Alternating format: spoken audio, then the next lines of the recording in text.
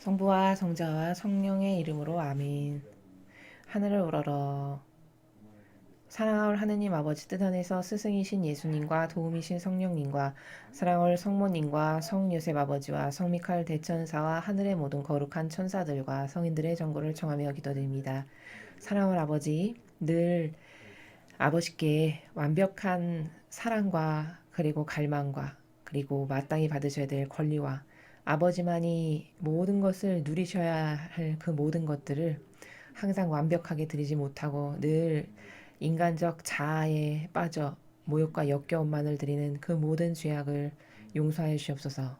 또한 저뿐만 아니라 전 인류의 아버지께 속한 그 모든 자녀들이 깨닫지 못하고 배운 바 없어서 아버지께 어떤 사랑을 드려야 되는지, 아버지께 어떤 감사를 돌려드려야 되는지를 알지 못하여 매일같이 그 좁아 터진 자아라고 하는 감옥에 갇혀서 살아가는 모든 자녀들을 불쌍히 여겨주시옵기를 갈망으로 축원드립니다. 아버지, 오늘도 이 대한민국과 북한에 살아가는 자녀들, 그리고 전 세계에서 아버지께서 구원하기를 원하시는 그 모든 자녀들의 영혼을 불러 모아서 저의 인성이 끌어안아 온 인류를 창조하셨던 그 피앗의 그 그물로, 피앗의 어머니의 망토로 그들을 감싸 안아서 예수님과 어머니 하나 되신 성심을 통해 아버지 뜻에 모은드리오니, 아버지 창조 때 세우셨던 계획대로 그 피앗으로 모두 되돌려 주시옵기를 간절한 갈망으로 청원드립니다. 그리하여 아버지, 이제 아버지께서 전 인류를 다스려 주시옵소서. 아버지의 피앗 정신과 아버지의 위대하신 거룩한 사랑의 정신과 신적 질서의 그 모든 것으로 어서 빨리 전 인류를 다스려 주시옵기를 간곡한 갈망으로 청원드립니다. 이 모든 기도 우리 주 그리스도를 통하여 비나이다. 아멘. 성부와 성자와 성령의 이름으로 아멘. 안녕하십니까. 하느님의 뜻 선교회 윤피아 수녀입니다. 오늘도 아버지께서 우리에게 주신 진리를 배울 수 있는 아주 뜻깊은 시간이 돌아왔습니다. 여러분께서 매일 아버지께서 이 가르쳐 주시는 진리를 토대로 자신의 정신과 그리고 자신의 영적 환경을 바꿀 수 있는 기회를 주셨다는 것 자체만으로 아버지께 진실되게 감사를 드리셔야 합니다.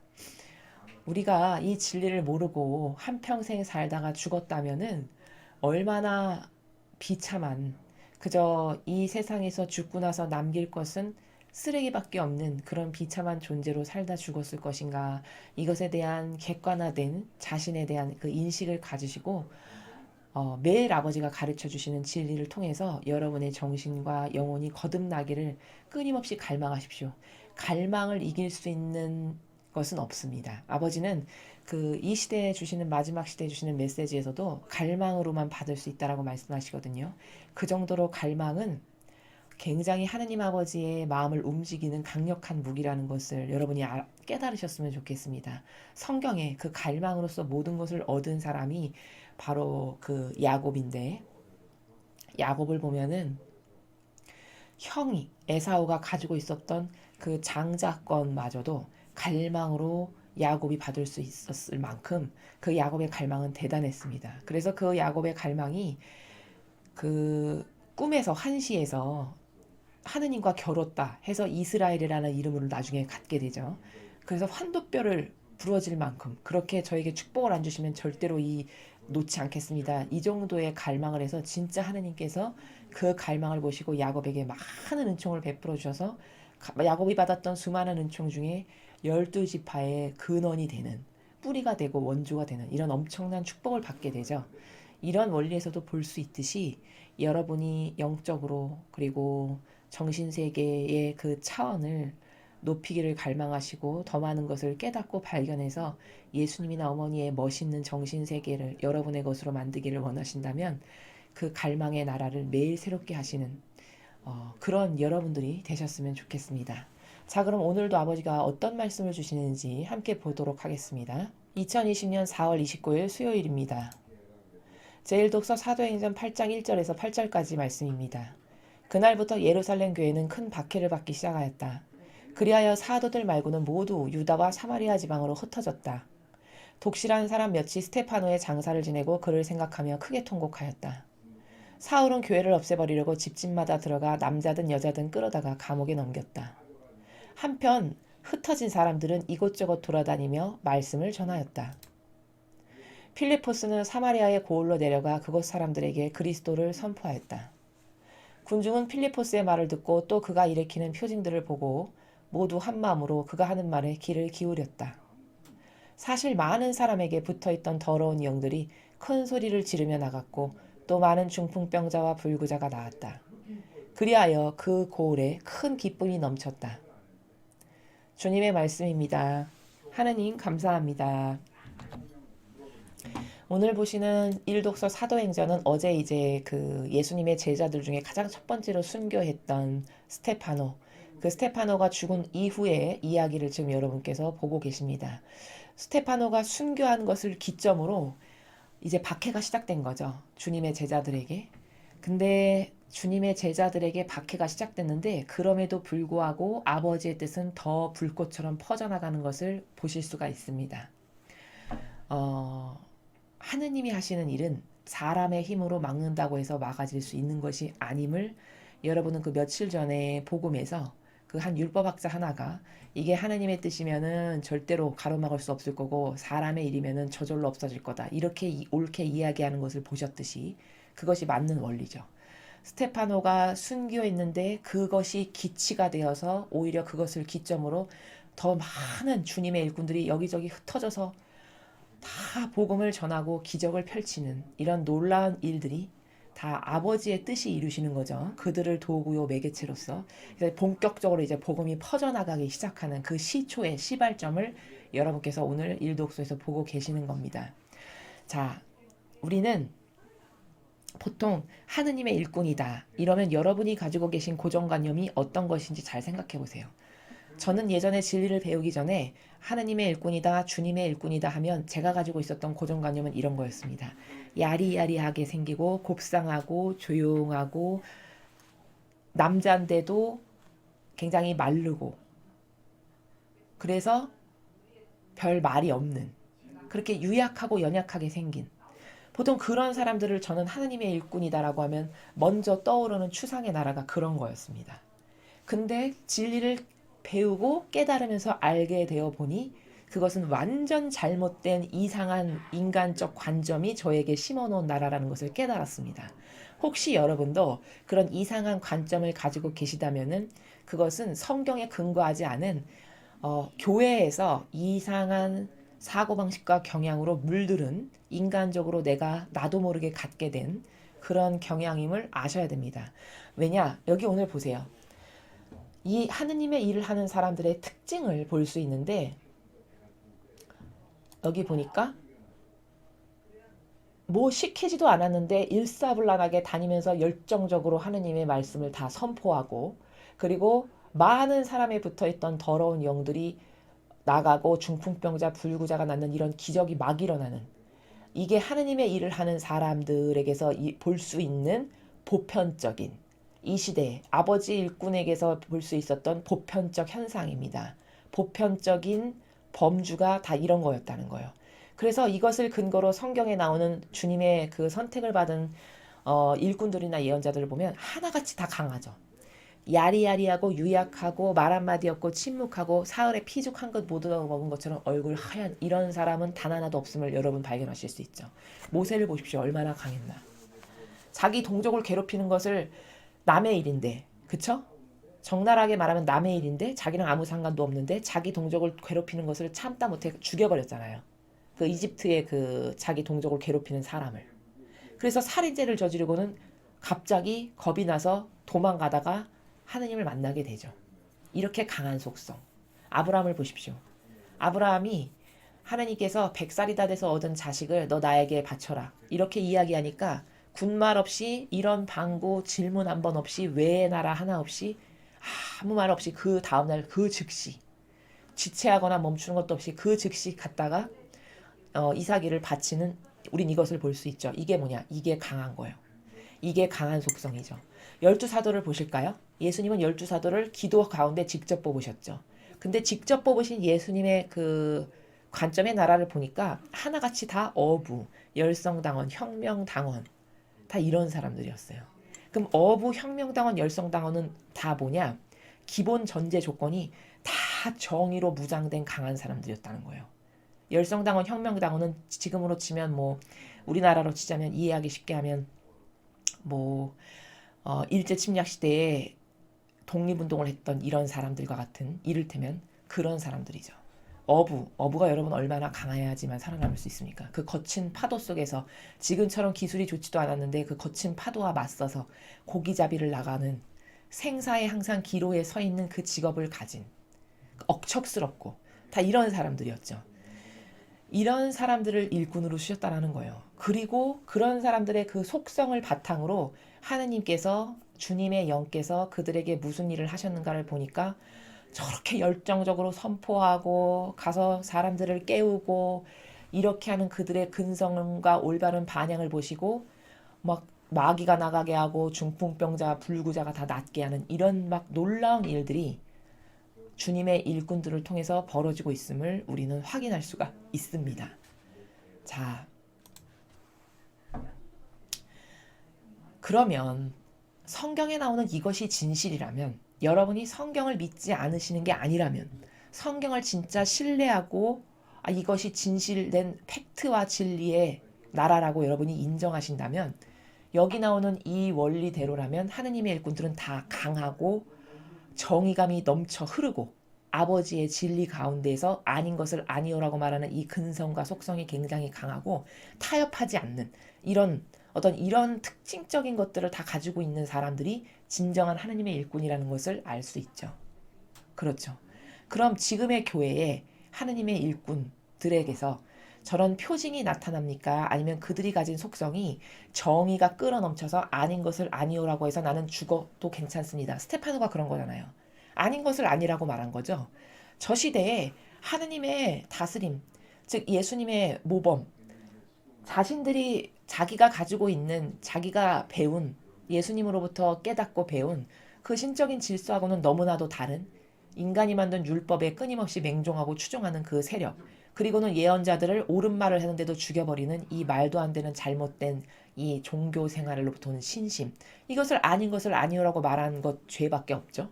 근데 그런 스테파노를 죽여버렸죠. 도대체 저런 열정과 저런 근성과 저런 정의가 갖추고 있는 것이 하느님의 일꾼인데 이 시대에 저런 열정과 근성과 정의에 불타는 정신과 아닌 것을 아니오라고 하는 이런 정신을 사실적으로 수행하는 하느님의 일꾼이 우리 주변에 있는가 살펴봐야 된다는 거죠. 그리고 아니라면 과감히 우리도 아닌 것을 아니다라고 할 줄 아는 것이 저렇게 사도들의 정신을 계승한 거다라는 겁니다. 하나 팁을 드리자면 오늘 이 사도행전에서 주되게 봐야 되는 관점 말고 하나의 부가적인 개념의 나라에서 하나를 더 좀 참고해서 보면 저기 3절에 사울이라고 나오죠, 여러분. 저 사울은 우리가 아는 바오로 사도입니다. 저 바오로 사도는 이때까지만 해도 예수님을 만나지 못했을 때예요. 그리고 바리사이 교회에 몸담고 있었던 사람이죠. 교회를 없애버리려고 집집마다 들어가 남자든 여자든 끌어다 감옥에 넘겼다. 이 문장이 보이시죠? 자, 저랬던 사람이 예수님이 한번 만나셔서 잘못된 사고방식을 한번 딱 치시니까 완전히 전과 후가 180도가 다르게 달라지는, 그래서 자원에서 자발적으로 이방인들에게 복음을 전하는 사도가 됨을 우리가 너무나도 잘 알고 있죠. 그럼 저렇게 3절에 주님의 신자들을 박해하고 죽여버리려고 감옥에 넘기는 것을 영예로 여겼던 이런 바리사이가 하느님의 일꾼이 돼서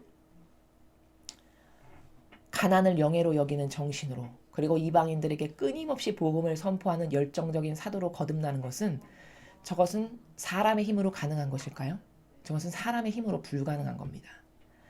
저 영혼에게 하느님의 뜻이 특별히 임하셔서 갇혀 있었던 사울의 사고방식, 즉 제도와 전통, 자기가 믿고 따르는 게 너무나도 맞다라고 철석같이 믿었던 사울, 그래서 저런 성도들을 끌어다가 감옥에 넘기는 게 자기가 진짜 하느님을 잘 섬기는 거라고 착각했기 때문에 저 일을 주도적으로 한 거거든요. 저 시대의 사울은.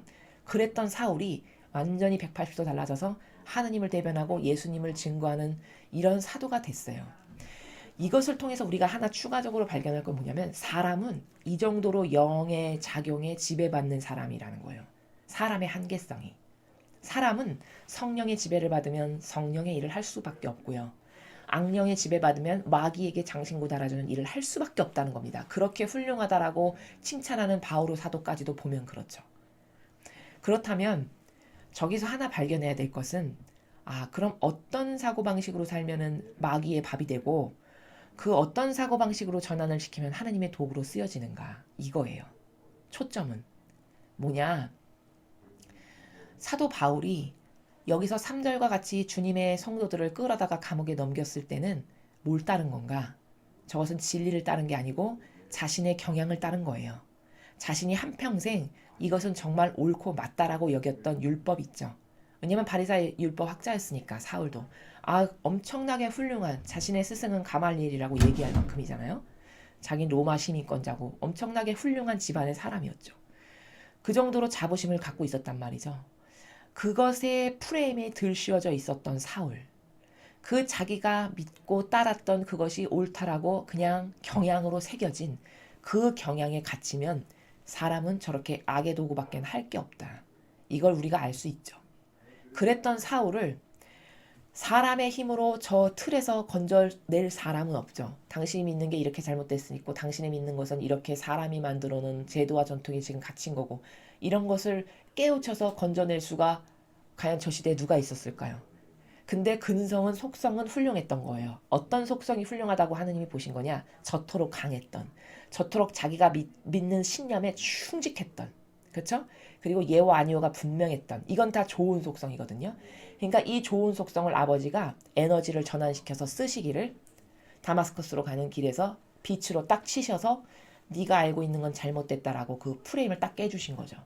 그리고는 눈꺼풀이 갇혀가지고 주님의 은총으로 앞을 못 보다가 이제 어느 무슨 동네를 가서 이런 사람을 만나게 될 터인데 너 그 사람에게 이런 도움을 청해라 해서 주님이 시키신 대로 그렇게 다 해서 눈이 이제 그때 눈꺼풀이 떠지고 이러고 나서 완전히 사고방식의 정신세계가 달라진 거죠. 즉 기존에 자기가 갖고 있었던 옳다라고 생각했던 프레임이 산산조각 깨진 거예요. 하느님의 특별한 은총으로. 그래서 이제는 새로운 나라를 보게 된 거죠. 여러분 프레임이라는 건 이렇게 어떤 이런 공간 안에 갇힌 거죠. 이 공간 안에 갇혀서 한평생 사람이 사는 건데요. 정신세계라는 것은 이 프레임이 깨지고 나니까 이 주변의 360도 다른 모든 환경이 다 보이는 거죠. 사도 바울에게. 그러니까 뭘까? 그때부터 객관성이 생기는 거예요. 이래서 빛이 들어가서 객관성이 생기고 나서 보니까 내가 믿고 따르는 거 이상한 거였구나. 이건 인간이 만든 거구나. 이 제도와 전통은 잘못된 거구나. 깨닫게 된 거죠. 그리고서는 바오로 사도가 다른 그 자기의 서간에서 고백하기를 이런 부분이 있죠. 나는 사자의 입에서 구출됐다. 그게 바로 뭐냐?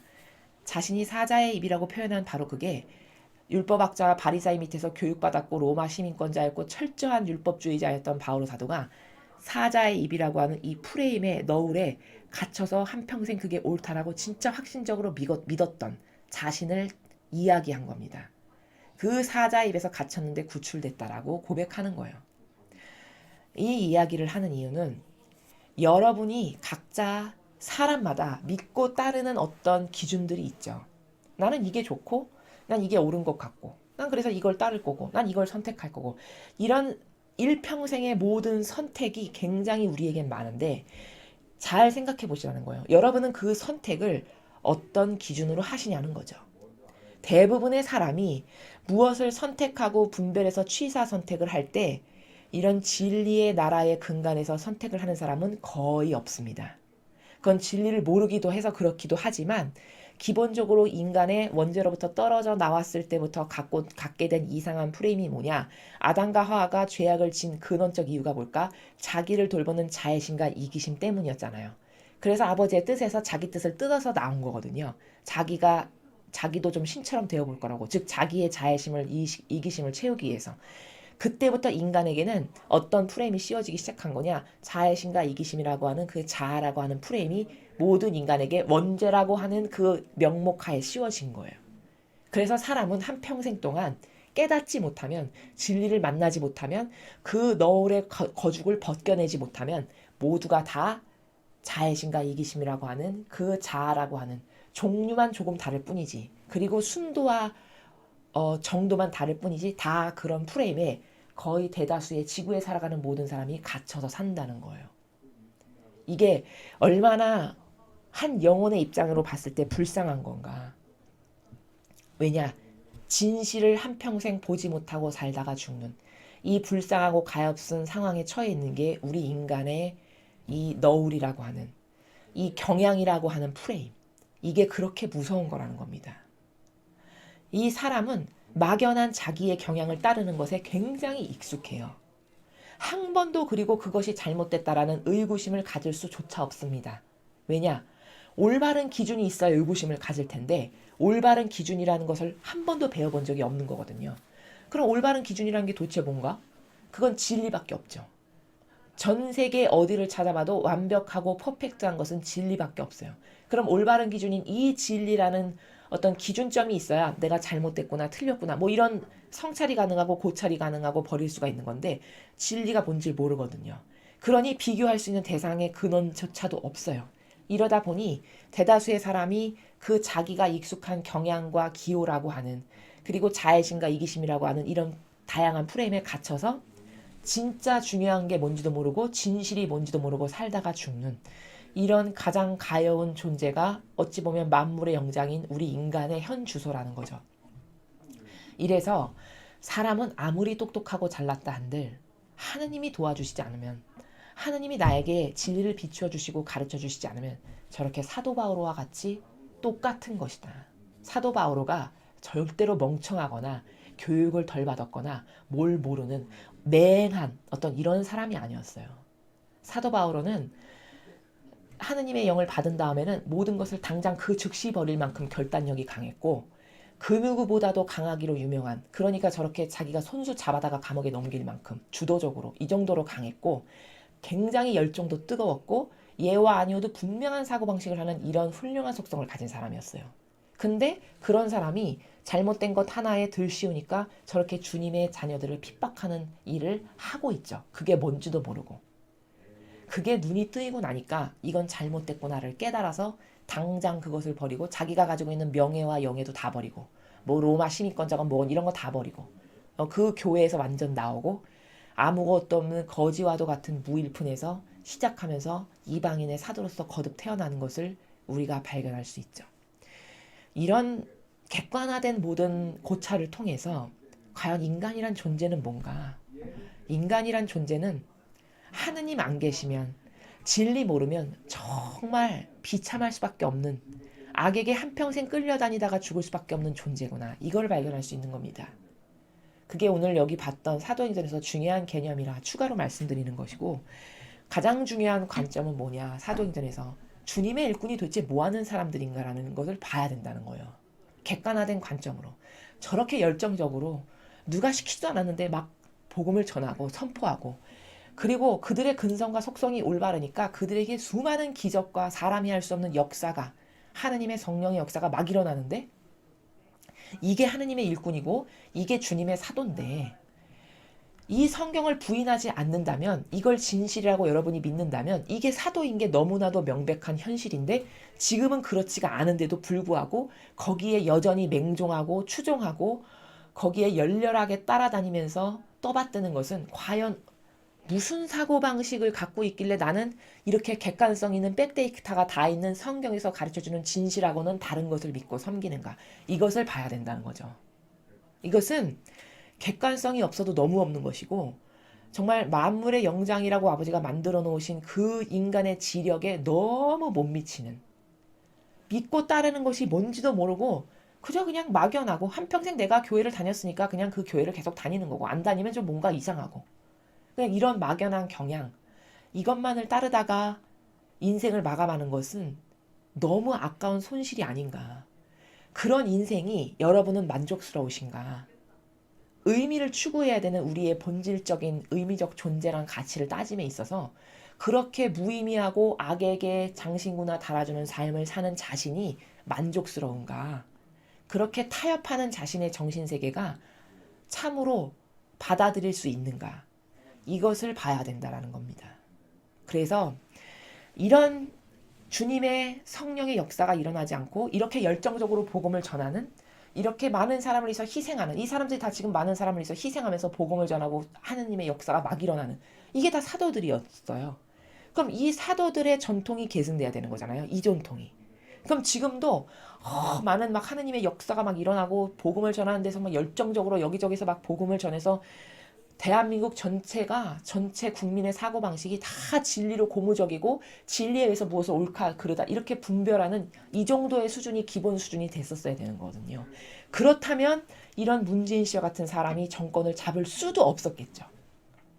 그런데 이런 사고방식이, 이런 문재인 씨가 정권을 잡아도 하나도 이것에 타격을 가하는 강한 세력이 아직까지도 없다는 것은, 그리고 국민의 전체적인 사고방식에 변화가 일어나지 않는다는 것은 참으로 안타까운 거고, 정말 비참한, 지력이라는 것을 갖고 태어난 인간으로서 너무너무나도 비참한, 너무너무나도 절망적인 이런 인간이다 라는 것을 잘 인식을 하셔야 된다는 겁니다. 그래서 우리는 내가 과거에 그렇게 내 경향과 맞지도 않는 내 기준과 내 선, 내가 익숙해서 그냥 계속 지금도 따르는 이런 것을 따르는 게 얼마나 나쁜가.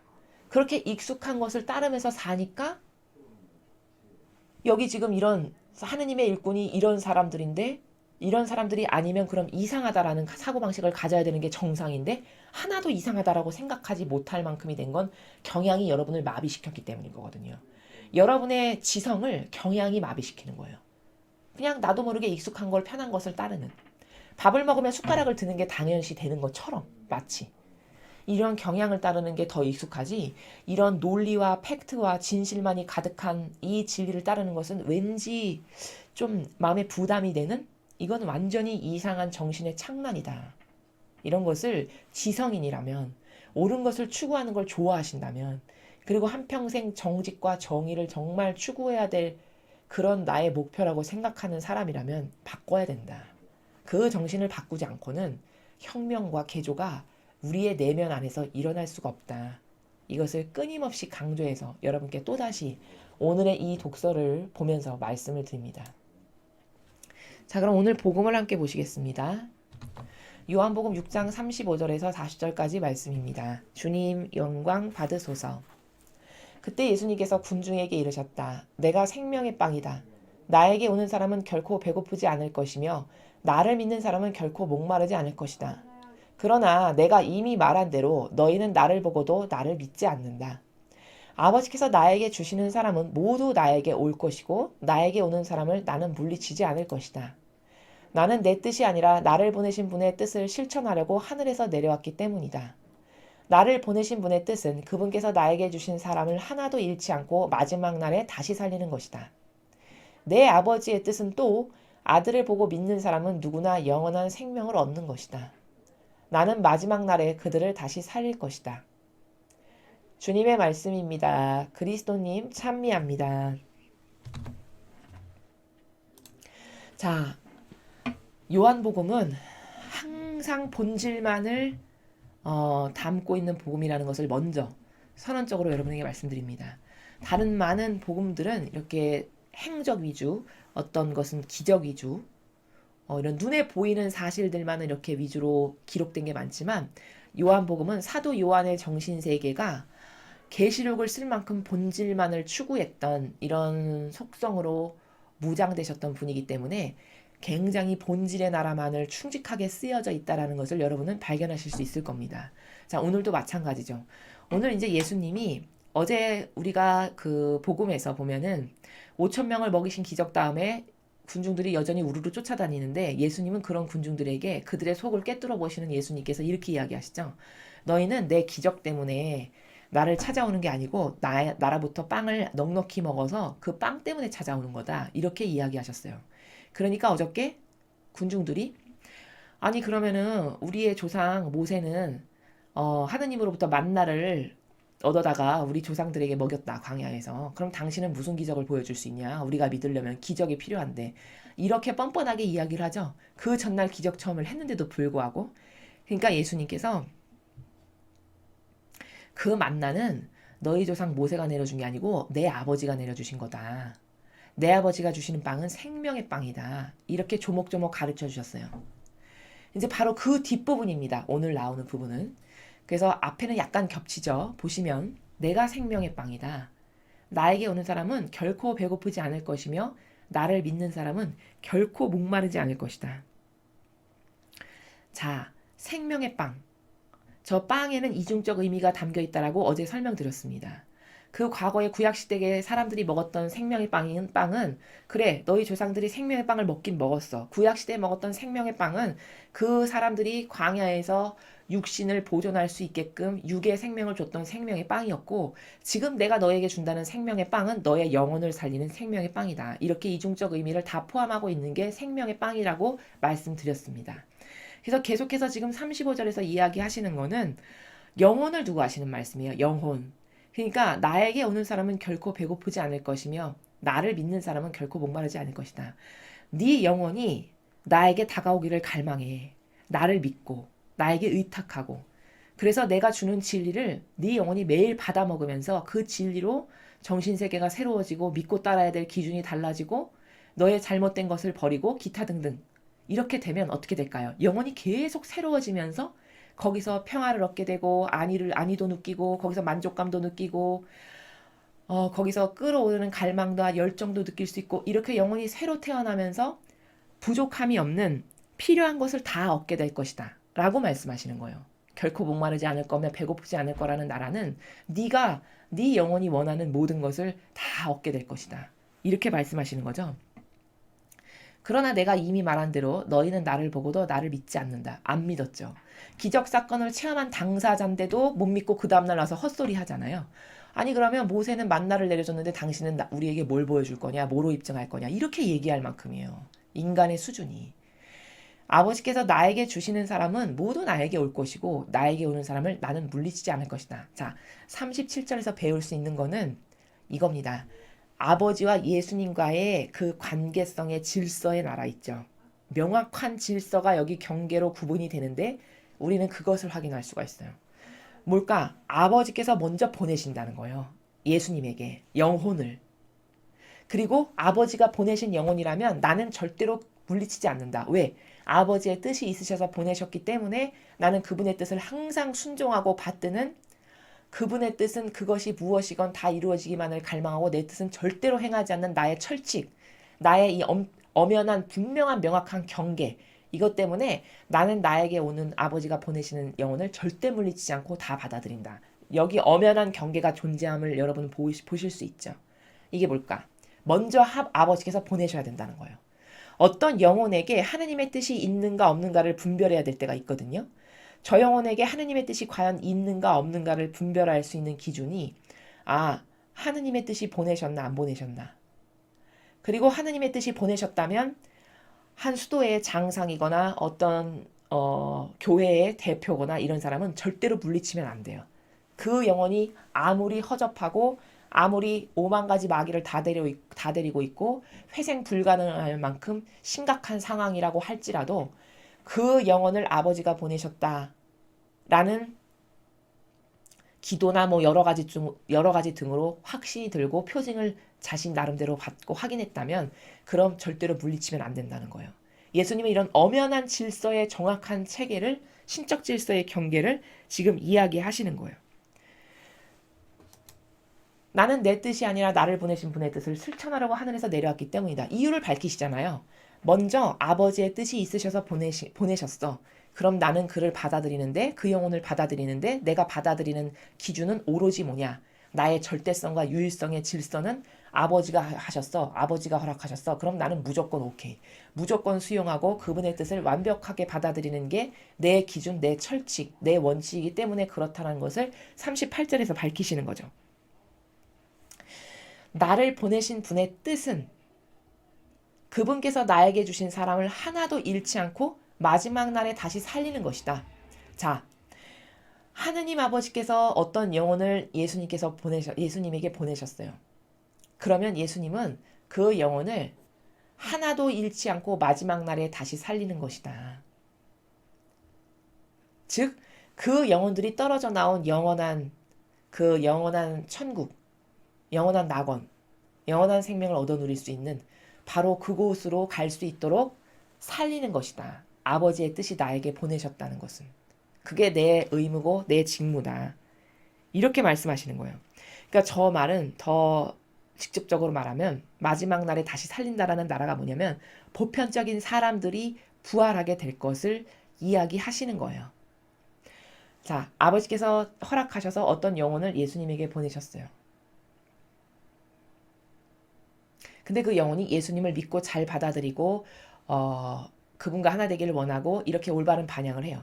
그럼 그 영혼을 마지막 날에 다시 살리신다는, 그 영혼을 부활시킨다는 이 이야기시죠.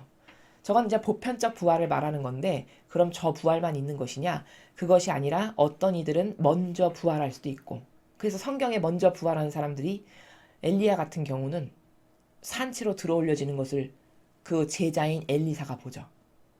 불가마를 타고 산채로 들어올려지는 그 불마찬가? 그것을 타고 산채로 들어올려지는 이 광경을 보잖아요. 이게 산채로 부활하는 사람, 이런 사람들도 있는 거예요.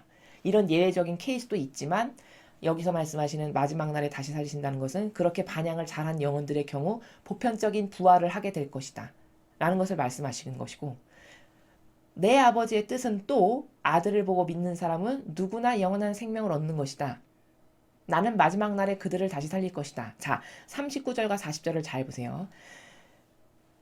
영혼이 우리가 떨어져 나온 낙원, 영원한 생명을 누릴 수 있는 그곳으로 돌아갈 수 있는 방법은 딱 두 가지인데, 첫 번째 하나는 뭐냐?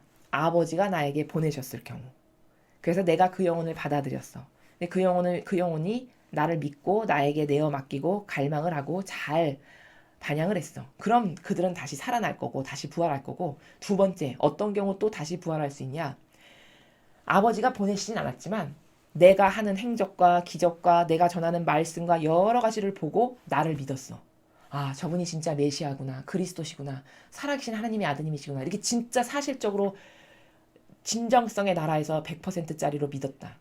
그러면 그런 사람도 마지막 날에 영원한 생명을 얻는 그 나라로 다시 돌아갈 수 있다는 거예요. 우리가 떨어져 나온 낙원이 있죠. 아담과 하와가 맨 처음에 살도록 창조됐지만 자신의 뜻을 따름으로써 떠돌려져 나온 곳이 있죠. 바로 그 곳으로, 그 천상의 낙원으로 다시 돌아갈 수 있다. 즉 부활을 이야기하는 거죠. 그렇게 부활하게 될 것이다.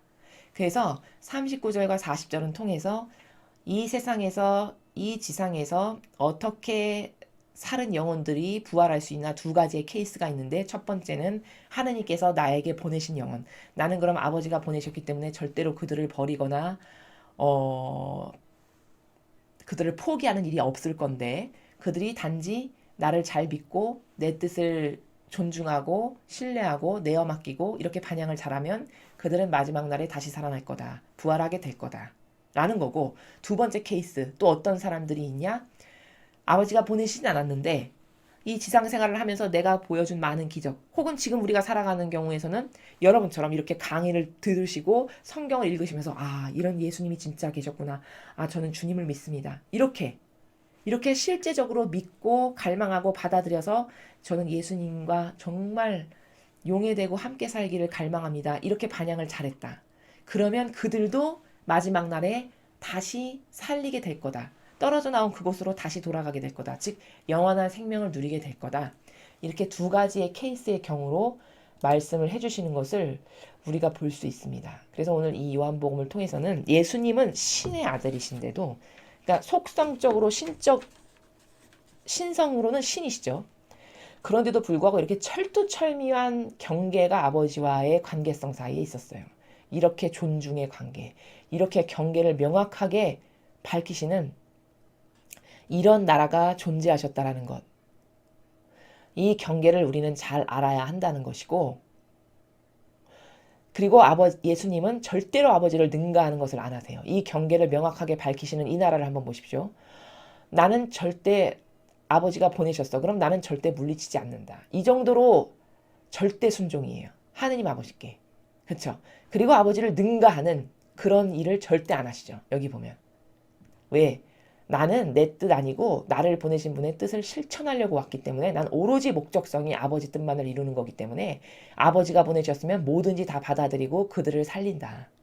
자, 그럼 하느님의 일꾼이면 예수님은 이 정도로 경계를 퍼펙트하고 명확하게 하셔서 아버지의 뜻만을 이루기를 항상 우선순위로 두셨는데, 그럼 만약에 하느님의 일꾼이다. 그럼 예수님을 능가하는 것을 하면 될까요? 안 될까요? 절대 안 되겠죠. 여기 예수님과 아버지 사이의 관계성을 보면 우리는 확인할 수가 있고 발견할 수가 있죠. 그런데 이 교회의 그럼 리더요 지도자라는 사람들이 예수님을 능가하는 것을 합니까? 안 합니까? 하고 있죠. 예수님이 설정하신 경계값을 다 허물어요. 그러니까 자비의 경계도 다 허물어서 예수님은 모두를 사랑한다의 그 모두가 뭔지도 몰라서 회개도 안 하고 뉘우치지도 않고 경계도 다 허무는 이런 사람들까지도 다 받아들이고 수용해야 된다라고 이렇게 예수님보다도 더 착한 사람 척 흉내를 냅니다. 이게 다 뭐냐? 이게 예수님을 능가하는 거예요. 또 교황을 보시죠. 영혼은 소멸되는 거야. 지옥은 없어. 아니 성경에 분명히 마지막 한 입까지 다 갚지 못하고는 절대 나에게 올 수 없다. 그리고 또 이를 박박 깔며 뜨거운 곳에 던져질 거다. 분명히 지옥이 존재함을 밝히는데 자기가 하느님보다도 더 높은 사람으로서 능가해서 영혼은 소멸되는 거지 지옥은 없다라고 말하는 게 이게 능가하는 게 아니고 뭡니까? 그러니까 이렇게 성경의 질서하고는 하나도 맞지가 않는 것을 매일같이 수행하는데도 불구하고 성도들이 보는 눈이 없어서 그들을 하느님처럼 떠받드는 거예요. 여러분 제 말을 잘 이해하셔야 되는 게 뭐냐면 저희의 사명이 전해드리는 이 말을 오해하시면 뭐 맨날 로마 가톨릭만 비판하고 그럼 다 무시하라는 얘기냐? 절대 그 말이 아닙니다. 아버지의 뜻을 충직하게 행하는 사람이라면 어떤 것에 근거해서 이렇게 성경에서 말씀해 주시는 퍼펙트한 질서와 경계를 충직하게 구현하라고 하는 올바른 의지로 그런 열매를 맺는 사람이라면 당연히 존중해야 돼요. 당연히 사제로서 존중해야 되고 당연히 수도자로서 존중해야 되는 겁니다. 그때는 그렇게 아버지의 뜻을 열심히 열정적으로 이렇게 경계에 명확한 선을 지키면서 수행하는데 만약에 여러분이 존중을 안 한다. 그럼 존중 안 한 여러분이 아버지의 심판을 받겠죠. 그러나 저희의 사명이 로마 가톨릭에 이렇지 않은데도 불구하고 맹목적이고 맹신적이고 맹종적으로 추종하는 그것은 잘못됐다라는 것을 말씀드리는 거예요. 즉 아니오 할 것을 너는 아니오 하여라 하셨죠. 그 아니오를 말씀드리는 거다라는 겁니다. 이 성경이 가짜가 아니라면 우리가 매일같이 이렇게 보고 듣고 전해 듣는 이 성경이 진실이 아니라면 이게 진리가 아니라면 그러면 이런 말을 할 필요도 없고 이런 것을 전할 필요도 없고 어느 누구도 비판하거나 아닌 것을 아니라고 할 이런 말을 할 필요가 없죠. 그러나 이 성경을 진실이라고 정말 믿으신다면 여러분은 사람을 믿는 게 아니라 아버지가 전해주시는 말씀인 이 성경에 나오는 이 팩트와 이 진실인 이 진리를 믿으신다면 여기에 반하는 그 모든 것은 잘못된 것을 잘못됐다라고 이야기해야 된다는 겁니다. 과거의 예언자들을 보세요. 아버지의 일꾼들. 그들은 다 무엇하러 지상에 파견됐나요? 다 아닌 것을 아니오라고 말하다가 돌 맞아 죽고 창에 찔려 죽고 내던져지고 박해받고 다 이랬어요. 12명의 사도를 보십시오. 그들이 틀린 말 한 거 단 하나도 있습니까? 하나도 없었습니다. 그들은 다 이렇게 이 진실의 나라, 이 진리라는 거에 근거해서 또 그들이 보고 믿고 한평생 배우면서 따랐던 자신의 스승인 예수님의 모범과 정신과 가르침과 카리스마에 반하는 것에 대해서 이것은 예수님의 정신에 반하는 거다, 잘못됐다. 아니오를 한 죄밖에 없어요. 근데 그것이 틀린 말을 한 것이 아니고 진실이 아닌 것을 말한 것도 아니죠. 그런데 항상 마귀 세력은 진실만을 말한 이 사람들을 아니오를 당연히 아니오라고 한 이 사람들을 박해했다는 거예요. 그래서 여러분은 잘못 이해하시면 나 맨날 남 비난만 하는 것인가? 혹시 이렇게 생각하시는 분들이 있으실 것 같아요. 그것은 순전히 감성이 병들면 자기가 익숙한 경향을 어떤 다른 사람이 제3자가 공격하면 반감을 갖는 이런 나라에 속으실 수 있다는 것을 말씀드리는 거예요. 우리는 감정에 속으면 절대 안 됩니다. 누군가가 무슨 주장을 하고 어떤 말을 할 때 이성적이고 논리적이고 프로세스적인 사고방식을 하는 사람은 저 사람의 말이 자신의 감정에 치우치거나 자신의 내피셜이거나 자신의 주관이거나 자신의 선이다. 그럼 들으시면 안 돼요. 저희가 전해드리는 이 사명에 관련되어 매일같이 전해드리는 이 복음 해설도 저희가 말하는 것이 성경에 없는 것을 말한다면 성경에 나오지도 않는 질서를 말하고 저희의 뇌피셜이나 저희의 무슨 사사로운 감정이거나 혹은 저희가 옳다라고 생각하는 인간의 저희 뜻의 자기의 선, 만약에 이런 것을 저희 사명이 전한다. 그럼 저희 거를 듣지 마십시오. 그렇게 분별이 되신다면 들으시면 안 돼요. 근데 저희가 전해드리는 이 모든 말이, 이 모든 진실이 성경에 근거하고 예수님의 가르침과 모범과 카리스마에 근거해서 무엇이 아니다라고 이야기하는 거라면 그것은 팩트라는 것을 말씀드리는 겁니다. 그래서 사람은 굉장히 특히 21세기에 살아가는 사람들의 크나큰 병폐 중에 하나가 뭐냐? 감성주의자라는 거예요. 이 나라가 이렇게 어지러운 지경에 이렇게 너무나도 어려운 현실 가운데 처하게 된 건 다 왜 그러냐? 이 시대에 살아가는 사람들의 가장 취약점이 뭐냐? 감성주의자로 다 변질됐다는 거예요. 인간의 지성과 지력이 있으나 마나 할 만큼 감성주의자로 다 변질돼서 자신이 듣기 싫은 건 안 듣는다는 거죠. 그것이 옳고 그른가는 상관이 없어요. 옳고 그른가는 분별하려고 들지도 않아요. 그냥 자신의 귀가 듣기 싫고 자신의 감정을 거슬러. 그럼 가짜인 거예요. 유다인들이 그랬죠. 유다인들의 계속적인 반복적 실수가 뭐냐? 자신들의 익숙한 경향. 자신들이 한평생 율법과 제도와 전통을 따르는 게 자기네 익숙한 경향이잖아요. 근데 누군가가 그거를 공격해. 아니라고 말해. 그러니까 그게 옳은지 그른지 따져보지도 않고 돌 던지고 박해하고 죽이고 이렇게 한 거거든요. 그럼 이것은 인간의 근원을 이성이라고 두는 사람이라면 절대로 옳지가 않죠. 절대로 옳지가 않은 거예요.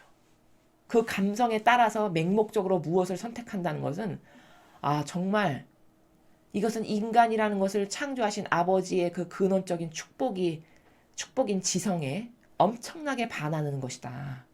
라는 것을 말씀을 드리는 거예요. 그래서 여러분이 무엇이 옳고 그름을 결정하실 때는 항상 주의해야 되시는 게 뭐냐? 내가 지금 감정을 따르고 있는가?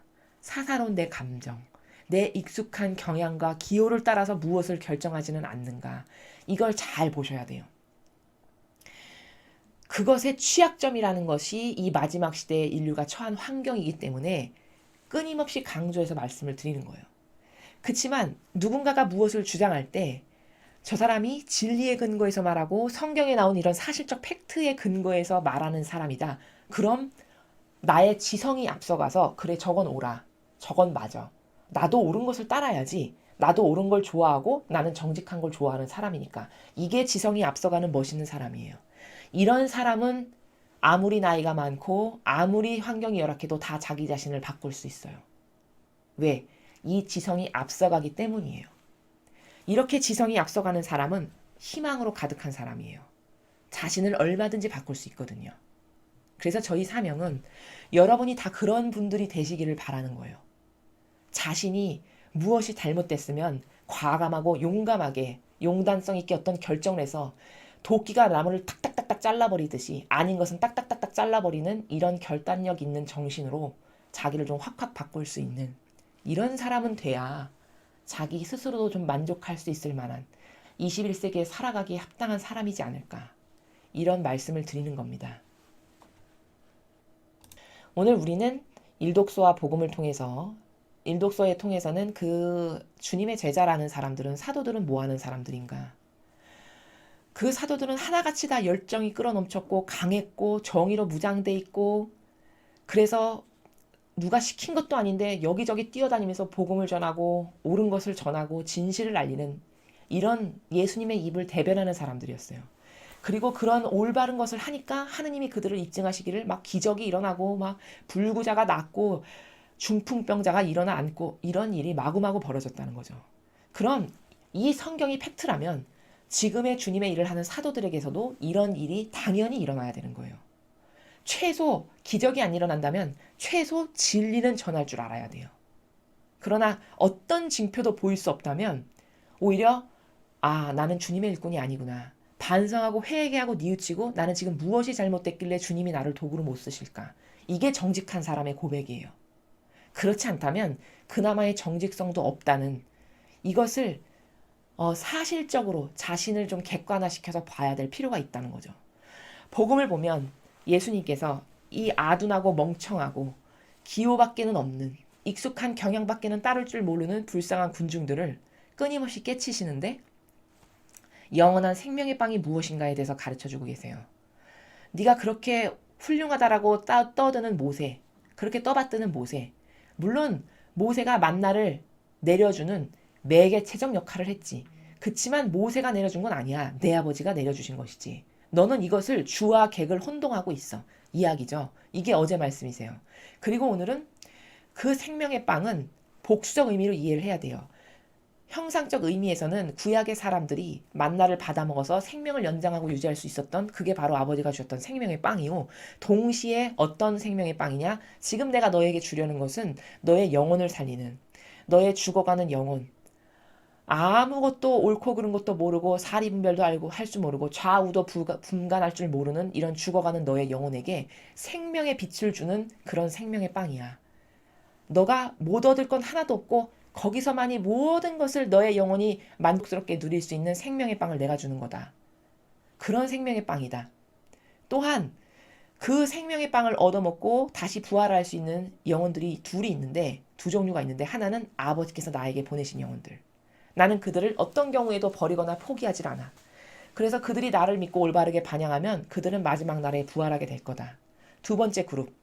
아버지가 비록 보내진 않으셨어. 그치만 내가 이렇게 다니면서 행하는 모든 기적이나 사실적인 여러 가지 팩트들이나 내가 아버지 뜻을 전하는 진리를 전하는 이 말씀을 보고 자발적으로 자기가 믿어. 나를 신뢰하고 믿고 의탁해. 그래서 모든 것을 내어 맡겨드리는 이런 영혼들. 그럼 그런 영혼들도 마지막 날에 다시 그들이 떨어져 나온 그 낙원이라고 하는 영원한 생명을 평생 누리면서 살아갈 수 있는 그 낙원으로 그들도 다시 되돌려질 거다.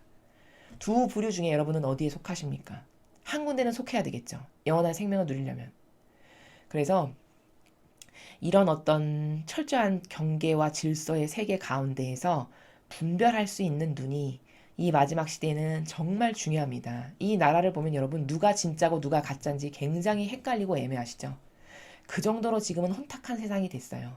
어떤 인간적인 자연법이 주는 지식 체계를 가지고 저 사람이 선의 세력인가 악의 세력인가를 분별하는 것은 이미 이 시대는 그렇게 해서 분별할 수가 없을 만큼 혼탁한 망상과 오해와 부작용과 악으로 가득한 세상이에요. 그래서 여러분이 진리를 배우지 않고 진리의 끈을 놓치신다면 끊임없이 인간은 속을 수밖에 없는 이런 안타까운 시대가 도래했기 때문에 더더욱 여러분은 진리만이 나의 생명줄이라는 이런 사실적인 명제를 항상 마음과 정신에 새기시고 그 진리만이 우리의 영혼을 진정으로 자유케 하고 올바른 것을 바라볼 수 있게 하고 만족스러운 나라고 하는 본연의 나를 찾을 수 있는 유일한 무기라는 것을 여러분이 잊지 마시고 항상 마음과 정신에 새기시면서 이 나라에서 살아가셨으면 좋겠습니다. 이상으로 2020년 4월 29일 수요일 복음 해설을 마치겠습니다. 감사합니다.